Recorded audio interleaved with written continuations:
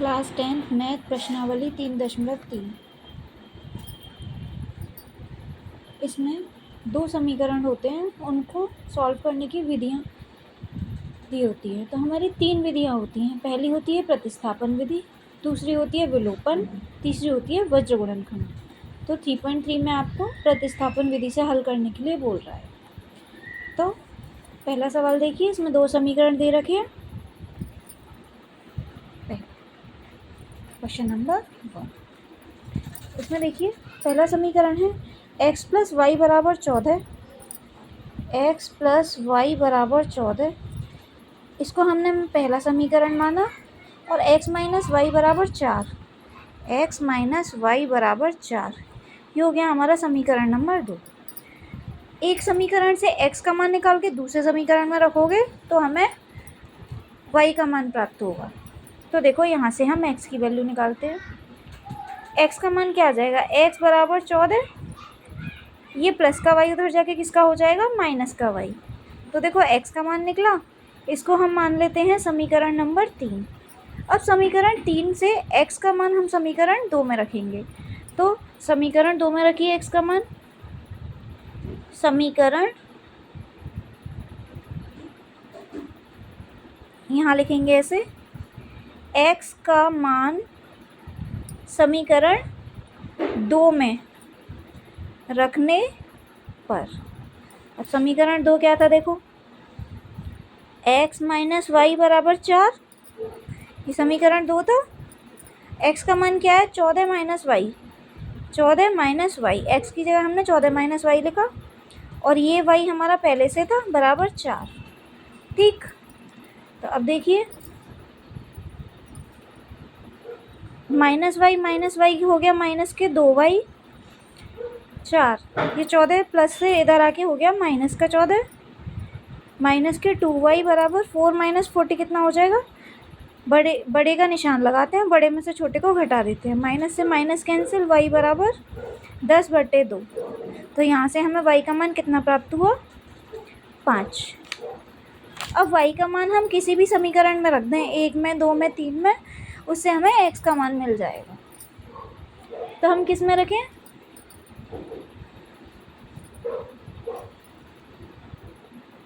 y का मान समीकरण 3 में, y का मान हम समीकरण 3 में लिख लें। अब समीकरण 3 क्या है, x बराबर 14 माइनस वाई, x बराबर 14 माइनस वाई, यही था समीकरण 3।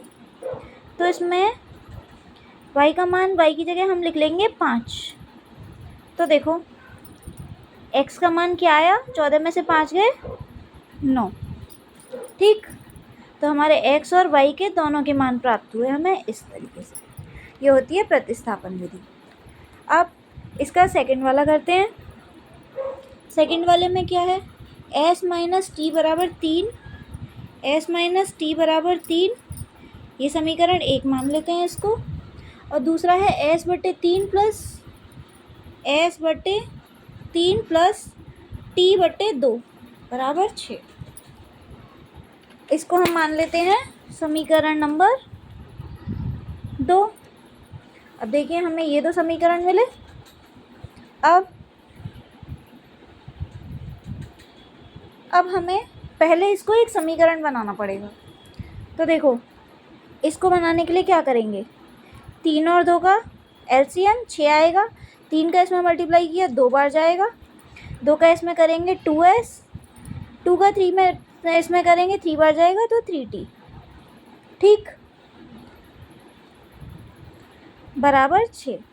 अब देखो यहाँ क्रॉस मल्टीप्लाई हो जाएगा, इसके नीचे कुछ नहीं 1, इसका इसमें करेंगे तो 1 ही आएगा, 2s प्लस 3t, 6 6 36।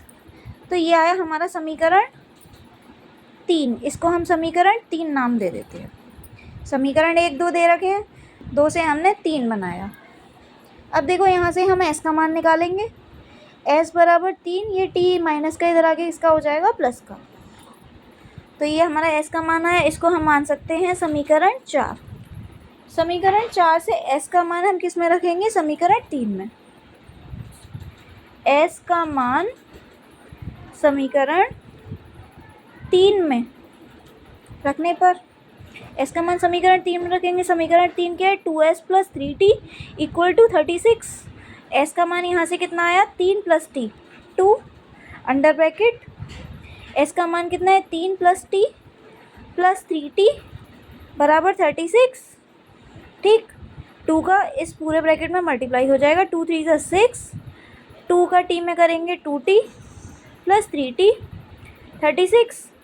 2t और 3t मिलके कितने हो जाएंगे, 5t 36। ये 6 इधर जाके माइनस का 6 हो जाएगा, तो यहाँ से 5t बराबर कितना आया, 36 में से 6 माइनस किए तो 30 आया। इधर करती हूँ, t बराबर 30, ये 5 मल्टीप्लाई में इधर आके डिवाइड में हो जाएगा। तो देखो ये कट के तो 5 6 30, टी का मान कितना आया, 6। हमें टी का मान और एस का मान हो चाहिए, तो टी का मान हम किस में रख देंगे, समीकरण 4 में। ठीक है, तो हम यहाँ लिखेंगे टी का मान समीकरण 4 में रखने पर, टी का मान समीकरण 4 में रखो। समीकरण 4 क्या है, s बराबर 3 + t, s बराबर 3 + t यही है, और t का मान कितना आया, 6।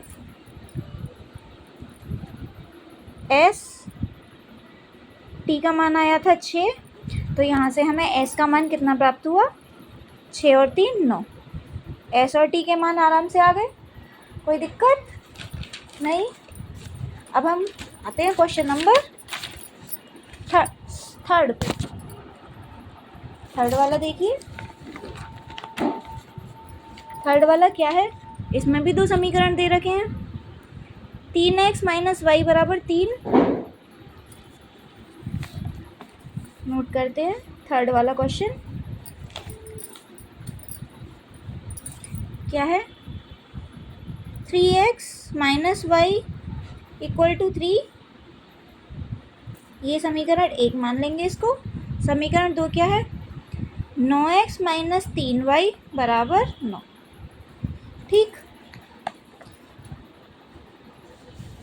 अब देखिए इसमें एक चीज़ हमें सेम नज़र आ रही है, समीकरण 1 और समीकरण 2 कुछ कुछ एक जैसे लग रहे हैं। इनमें से हम 3 कॉमन लेते हैं। यहाँ से अगर हम 3 कॉमन लेंगे तो 3 3 = 9 3x, यहाँ से भी 3 कॉमन लिया तो बचेगा y, और यहाँ से 3 कॉमन लिया तो 3 × 3। अब इस 3 से ये वाला 3 हम कैंसिल कर सकते हैं, तो यार 3x - y = 3। अब देखो दोनों इक्वेशन सेम है, इसको समीकरण 3 मान लेते हैं। जब सेम है तो देखो, क्या आप एक समीकरण से कोई ग्राफ बना सकते हो, नहीं। जब हमें समीकरण ही दोनों एक जैसे मिले तो इसके अपरिमित रेखा संपाती हो जाएंगी और इसके अपरिमित रूप से अनेक हल हो जाएंगे। हम कंपेयर करते हैं, a1/a2 कितना है, इसमें भी 3 है, इसमें भी 3 है, 3/3, तो ये कट के आ गया 1। अब b1/b2 देखिए, b1 है -1 और b2 भी है -1, ये भी कट के 1 आ गए। c1/c2 देखिए, ये है -3 उधर जाके माइनस का हो जाएगा और ये भी माइनस का हो जाएगा, तो ये भी आया 1। जब ऐसी कंडीशन हो जाए, a1/a2 = b1/b2 = c1/c2 सारे बराबर हों, तो ये रेखाएं कैसी होती हैं, संपाती रेखाएं, संपाती रेखाएं।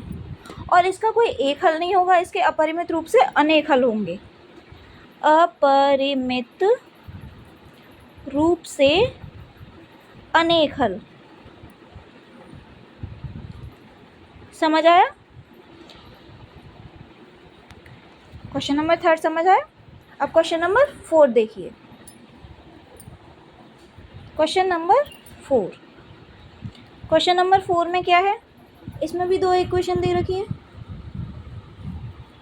पहला है 0.2x + 0.3y 1.3, ठीक, और अगला है 0.4x + 0.5y = 2.3। ठीक है, एक बार क्वेश्चन चेक कर लेते हैं। 0.2x, 0.3y, 1.3, 0.4, 0.5, 2.3। ठीक है, अब हम इसको पॉइंट में भी सॉल्व कर सकते हैं, लेकिन हमें इसको क्या बनाना है, थोड़ा इजी बनाना है। इजी बनाने के लिए देखिए क्या करना पड़ेगा। 0.2 को हम 2.10 लिख सकते हैं, 2/10। 2 की जगह 2, पॉइंट की जगह 1 और आगे एक नंबर है तो ये x। 0.3 को हम 3/10 लिख सकते हैं। 13 को हम 1.3 को हम 13/10 लिख सकते हैं। तो देखो ये 10 कॉमन आएगा दोनों साइड से, तो ये कैंसिल हो जाएगा। तो हमारी इक्वेशन क्या आ जाएगी, 2x + 3y = 13। तो हम इसको समीकरण 1 मानेंगे। ठीक, इसी प्रकार समीकरण 2 देखिए, 4/10x, 5/10y, 23/10। ऐसे ही इसमें से दोनों साइड से 10 कॉमन आ जाएगा तो 10 कैंसिल हो जाएगा। हम इसको लिख सकते हैं 4x + 5y = 23। इसको हम मान लेंगे समीकरण 2। अब किसी भी समीकरण से हमें x का मान निकालना होगा। तो देखो यहाँ से 2x बराबर क्या हो जाएगा, 13 - 3y। तो हम लिखेंगे 2x बराबर 13 - 3y। ठीक है, अब x इधर ही रहा, 13 - 3y, ये 2 मल्टीप्लाई में इधर में आके क्या हो जाएगा, डिवाइड में। तो ये हमारी निकली x की वैल्यू। इसको हम समीकरण 3 मान सकते हैं। अब समीकरण 3 का मान हम 2 में रखेंगे। ठीक, लिखिए समीकरण नहीं, x का मान समीकरण 3 में, x का मान समीकरण 3 में लिख दीजिए पहले x का मान समीकरण 2 में, सॉरी ये समीकरण 2 है ना हमारे पास, समीकरण 2 में। समीकरण 2 नोट कीजिए, 4x + 5y = 23। देखो x की वैल्यू रख देंगे 4, x की वैल्यू क्या है, 13 - 3y/2 + 5y = 23। 2 से ये गया 2 बार, 2 से 4 2 बार गया, 2 का अंदर मल्टीप्लाई कर दो, 13 × 2 = 26, 2 × 3 = 6y + 5y = 23।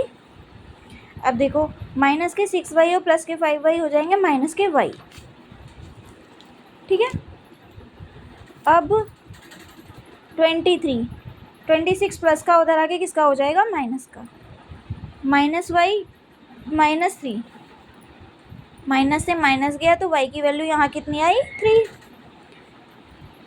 अब y का मान हम समीकरण 3 में रखेंगे। y का मान समीकरण 3 में, समीकरण 3 क्या है, पहले समीकरण 3 नोट कीजिए।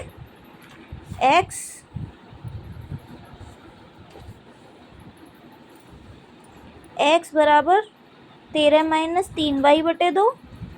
तो देखो क्या आएगा, x बराबर 13 - 3 गुणा y की वैल्यू 3, यहाँ करती हूँ, x बराबर 13 - 3 3 = 9/2।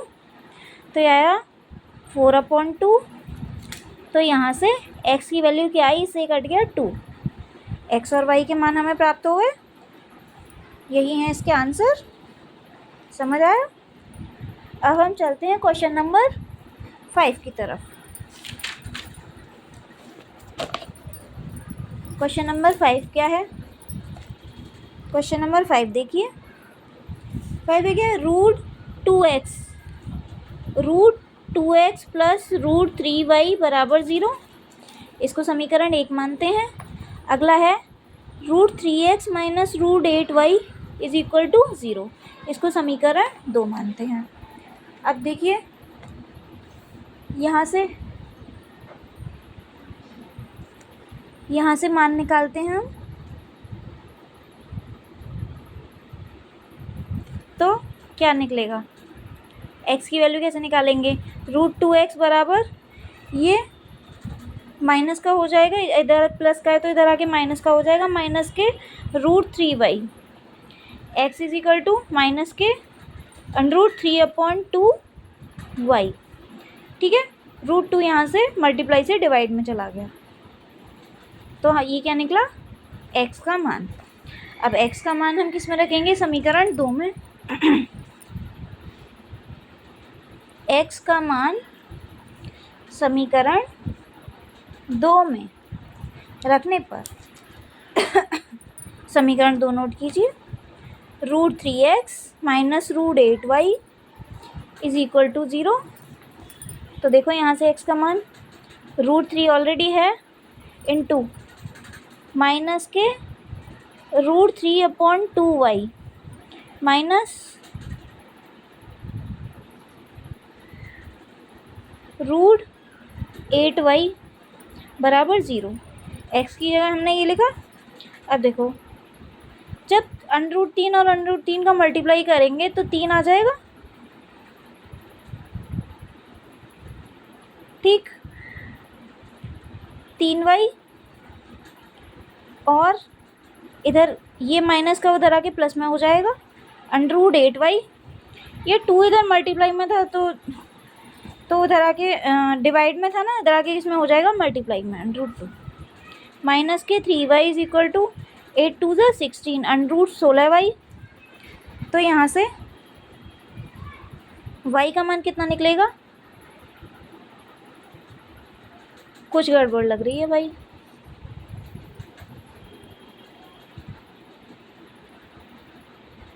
नहीं ठीक है। y बराबर ये किसका होता है? 4 का होता है। ये √16 किसका होता है? 4 का होता है, 4y।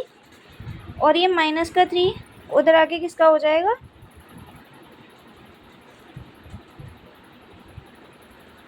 ऐसे नहीं करेंगे, इसको ऐसे ही रहने दे। माइनस के 3y, ये 4 इधर आके किसका हो जाएगा?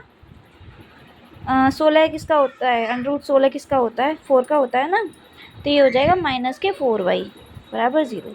माइनस के 3y माइनस के 4y कितने हो जाएंगे? माइनस के 7y बराबर 0। अब ये इधर जाएगा 0 के उधर, 0/-7। तो ये कट के y की वैल्यू यहाँ कितनी आ जाएगी? 0। अब y का मान 0 किसी भी समीकरण में रख लो, उससे हमें x का मान प्राप्त होगा।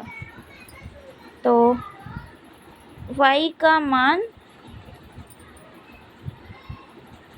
किस में रखेंगे? समीकरण ये 3 मान लो, 3 में y का मान समीकरण 3 में रखो। तो x बराबर -3/2y, x बराबर -√3x। y की जगह हम 0 लिखेंगे तो x का मान भी क्या हो जाएगा? 0। तो x और y दोनों के मान कितने हमें मिले? 0 और 0। ठीक है, एक बार फिर से समझाती हूँ। यहाँ से हमने x का मान निकाला, x का मान समीकरण 2 में रखा जिससे हमें y का मान 0 मिला। अब y का मान हमने समीकरण 3 में रखा जिससे हमें x का मान भी 0 मिला। अगले क्वेश्चन की तरफ आइए। अगला क्वेश्चन है क्वेश्चन नंबर 6 में देखिए क्या है। 3x/2 minus 5y/3 is equal to -2। ये लिख लिया मैंने। 3x/2 माइनस 5y/3 बराबर -2। और अगला है x/3 प्लस y/2 बराबर 13/6। ये 2 समीकरण हमें दे रखे हैं। अभी देखो इनको इजी फॉर्म में चेंज करते हैं, ठीक। तो इजी फॉर्म में चेंज करने के लिए हमें क्या करना पड़ेगा? 2 और 3 का एलसीएम। 2 और 3 का एलसीएम कितना आया? 6। 2 का 6 में डिवाइड करेंगे 3 बार जाएगा, 3 3 ज़ा 9x। 3 का 6 में करेंगे 2 बार जाएगा, 2 5 ज़ा 10y इज इक्वल टू -2। अब क्रॉस मल्टीप्लिकेशन, जिसके नीचे कुछ नहीं होता उसके नीचे 1 लिखते हैं। तो ये आया 9x minus 10y is equal to 6 2 ज़ा 12 -12। हम इसको मानेंगे समीकरण 1। समीकरण 2 निकालते हैं। 3 और 2 का एलसीएम 6, 2 बार 2x प्लस 2 का इसमें करेंगे 3 बार 3y 13/6। अब देखिए 6 इधर डिवाइड में मल्टीप्लाई आ जाएगा, 6 से 6 कैंसिल हो जाएगा, यहीं काट देती हूँ। 2x प्लस 3y बराबर 13। ये हो गया समीकरण 2। अब समीकरण 1 और 2 हमारे पास है। तो हम x का मान निकालेंगे, किसी भी समीकरण से निकाल सकते हैं। मैंने सारे समीकरण x का मान समीकरण 1 से निकाले, इसमें 2 से निकाल के दिखाती हूँ। देखो 2x बराबर 13, ये प्लस का 3y उधर जाके किसका हो जाएगा, माइनस का 3y। 13 माइनस 3y, 2 इधर मल्टीप्लाई में, इधर आके किस में हो जाएगा, डिवाइड में। ठीक है, समीकरण 3 मान लो उसको।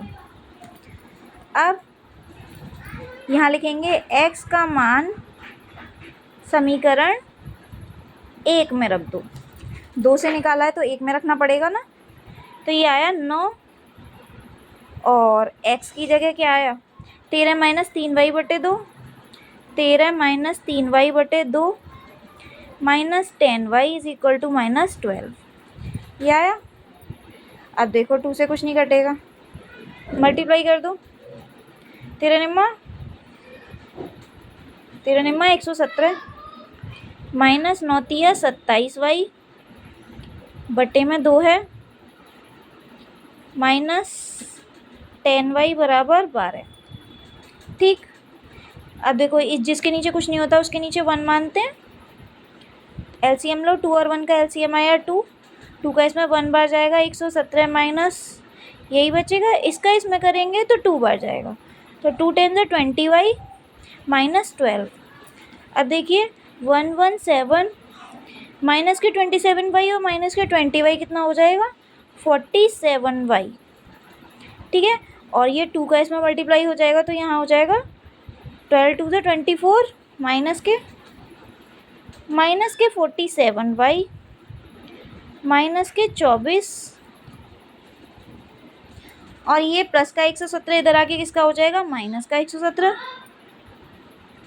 माइनस माइनस जुड़ जाएंगे, निशान किसका रहेगा, माइनस का ही। 7 और 4, ठीक। अब यहाँ से y की वैल्यू क्या आएगी, माइनस से माइनस कैंसिल, 141/47, 47 से ये कितनी बार कटेगा, 47 3 से कितने होते हैं, 7 3 से 21, 2 4 3 से 12 और ये 14, तो इससे ये कितनी बार कटेगा, 3 बार। तो y का मान क्या आ गया, 3। ठीक है, अब y का मान 3 हम किसी भी समीकरण में रख देंगे, y का मान समीकरण 3 में, y का मान समीकरण 3 में रखेंगे तो क्या आएगा भाई, 13 माइनस 3 मल्टीप्लाई 3/2, x बराबर 13 माइनस 9/2, x बराबर 4/2। तो यहाँ x का मान कितना आ गया, 2। x और y के मान हमें प्राप्त हुए। तो मैंने पहले के ये 6 पार्ट करा दिए, आगे के हम अपनी नेक्स्ट वीडियो में कराएंगे। कोई भी डाउट हो तो कमेंट बॉक्स में कमेंट करें।